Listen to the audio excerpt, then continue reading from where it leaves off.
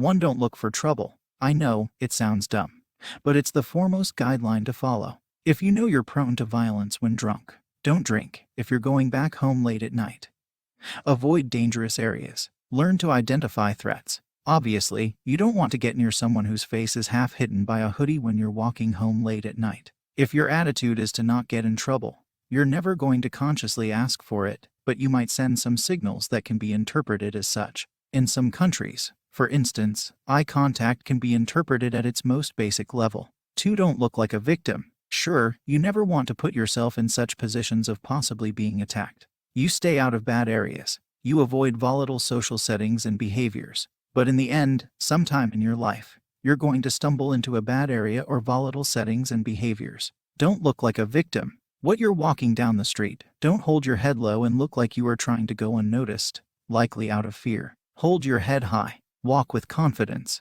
Walk with utter indifference. And to take it up a notch, walk like a person who isn't afraid to defend themselves. Awareness is key. Awareness helps you to avoid. Awareness keeps all of your senses at an elevated level. Think of it this way. If a lion is stalking its prey and comes across a herd of zebras, which do you think they will attack first? The zebra who sees the lion and readies itself for confrontation, or the poor zebra hanging its head low and completely unaware of the lion? Sorry, unknowing zebra, you're dead. You should have known that the grassy plains of Africa are full of predators and you should always keep a watchful eye out. But what if you're beyond that? What if, for whatever reason, some asshole has selected you as their target and is now approaching you with trash talk? You put your hands up in front of you and say, "Look man, I'm not looking for trouble."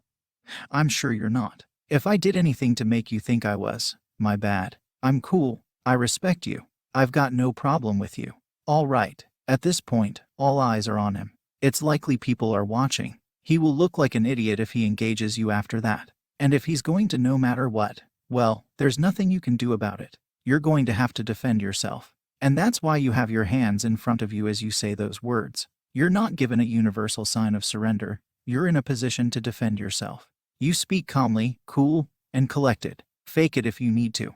You speak with a deep voice. You speak with a smile. You look him in his eyes. And if he pounces, your hands are up and ready. Hit the throat. Hit the nose. If a group is confronting you, and there is no escape, quickly assess who is the most dominant one, likely the talker.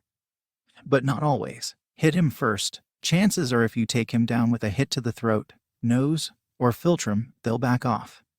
Therefore avoiding more fights. 3. Smile, relax, talk. In situations like crowded bars, public transports, I've avoided many a fight by just smiling and saying everything's fine mate.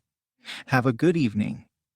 And just ignoring the person afterward. It both shows that you don't have negative intentions or don't want to impose. Being relaxed is very important. If not, you're going to send the wrong signals. Look scared and become a victim. If there is a misunderstanding, did you look at my girl or did you talk trash about me? Diffusing the situation with answers such as, man, you're with her. Do I look like I want to be beaten up?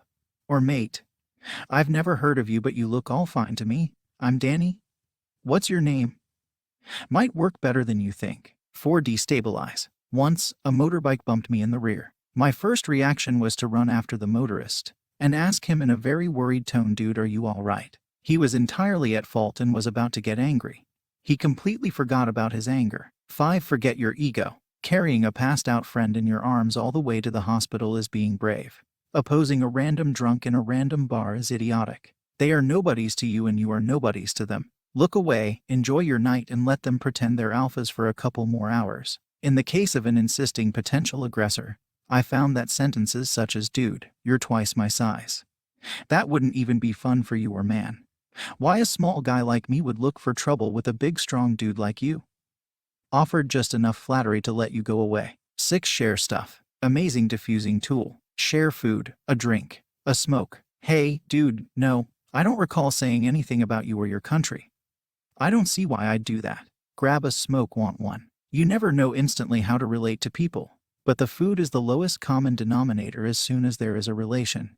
The chances of a fight drop real fast. 7. Be confident. Don't play their game. While doing all that, just remember, you won't get into a fight, you don't want to, you don't care.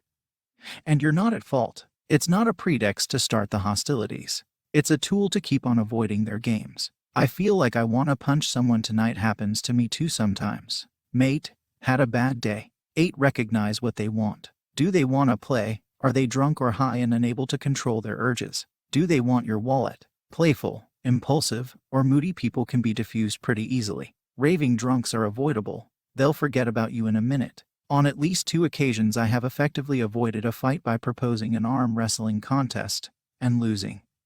Important if you're doing it, go channel the intent to fight.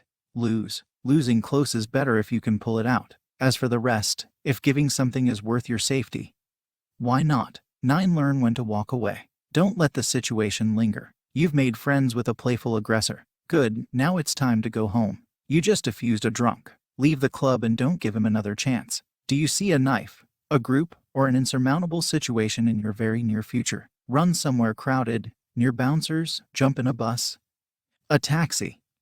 If during daytime, get in a bank full of security cameras. 10. Remember step 1. The best way to not be cornered by 3 knife welding thugs in a small alley at night is to avoid small alleys full of thugs, especially at night. Everything here is from personal experience and approved by several friends of mine in the self-defense field, security business, or the military. Also, I am not including any advice on how to actually fight. This is a completely different topic. Learning how to defend yourself takes practice, reflexes, and instinct more than reading and theories. If you want to learn how to fight, enroll in self-defense, unarmed combat classes. But beyond that, to avoid a fight, the best thing you can do is not look like a victim. Walk tall wherever you go and always be aware of your surroundings and the people around you.